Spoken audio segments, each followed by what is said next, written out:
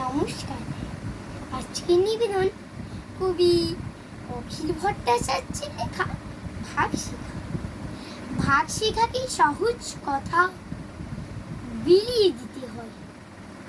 তোমার জিনিস তখন মোটেই তোমার নিজের নয়।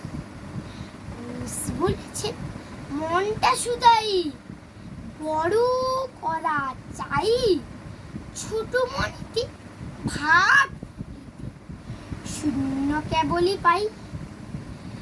মা আমাকে 10টা শাড়ি দাও তো দেখি আজ, 5 দিয়ে ভাগ করবো একে, গুছিয়ে এসো কাজ।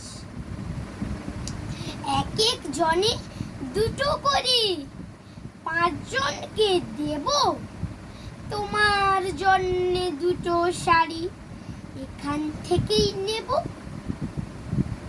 মা বলল, কাকি পিসি টুসি মাসি 4 জন তো বাকি, শাড়িগুলো ওদের জন্য সরিয়ে এখন রাখি। মা বলল, আমার শাড়ি পাবি অন্য লোক, ভাগটা মোটেই পছন্দ নয়, শূন্য যতই হোক।